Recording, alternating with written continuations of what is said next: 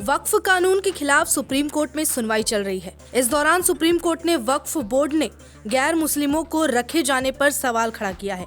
Supreme court ने केंद्र सरकार से ये सवाल किया कि क्या केंद्र हिंदू धार्मिक न्यासों यानी कि बोर्डों में मुस्लिम समुदाय के लोगों को सदस्य बनाने की अनुमति देगी। वक्फ संशोधन अधिनियम 2025 की संवैधानिक वैधता को चुनौती देने वाली याचिकाओं पर सुनवाई के क्रम में आई सुप्रीम कोर्ट की टिप्पणी पर विमर्श शुरू हो चुका है। फिलहाल देश में कोई हिंदू बोर्ड नहीं है। बड़ी संख्या में धार्मिक न्यासों का अस्तित्व है, यानी कि बोर्ड जो अलग अलग धार्मिक संस्थाओं, मंदिरों आदि का संचालन करती है।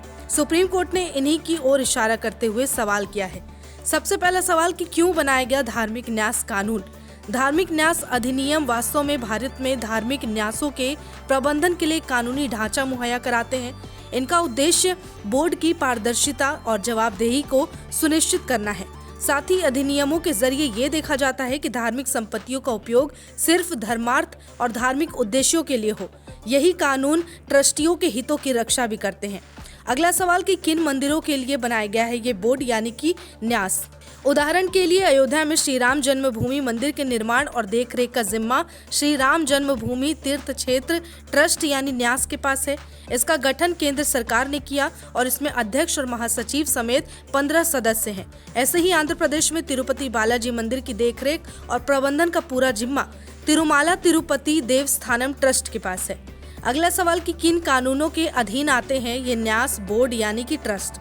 ऐसे भी ट्रस्ट के लिए भारत में धार्मिक न्यास अधिनियम है।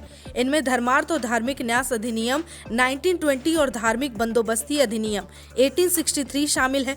धार्मिक न्यास अधिनियम 1920 का उद्देश्य धर्मार्थ और धार्मिक न्यासों का पंजीकरण, प्रबंधन और लेखा परीक्षा के लिए ढांचागत सुविधा प्रदान करना है, जिससे न्यासों की संपत्ति का उपयोग सिर्फ तय उद्देश्यों के लिए किया जाए। इसी तरह से धार्मिक बंदोबस्ती अधिनियम 1863 उन धार्मिक ट्रस्टों के संचालन के लिए बनाया गया जो अंग्रेजी सरकार के अधीन थे। आखिरी सवाल कि किन राज्यों में मंदिरों के लिए है ये कानून। साल 2011 की जनगणना को माने तो देश में करीब 30 लाख पूजा स्थल हैं। इनमें से हिंदू मंदिरों की संख्या ज्यादा है।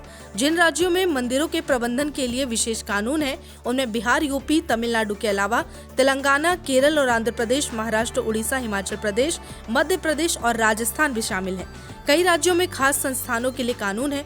उदाहरण के लिए जम्मू कश्मीर के कटरा में स्थित वैष्णो देवी माता मंदिर 1988 के जम्मू और कश्मीर श्री माता वैष्णो देवी श्राइन अधिनियम से संचालित होता है। नमस्कार, मैं हूं मानक गुप्ता। अगर आपको हमारा ये वीडियो पसंद आया हो तो इसे लाइक और शेयर जरूर करें और हाँ, हमें सब्सक्राइब और फॉलो करना ना भूलें ताकि आप देश और दुनिया की कोई खबर मिस ना करें। तो जुड़े रहिए हमारे साथ और देखते रहिए न्यूज़ 24।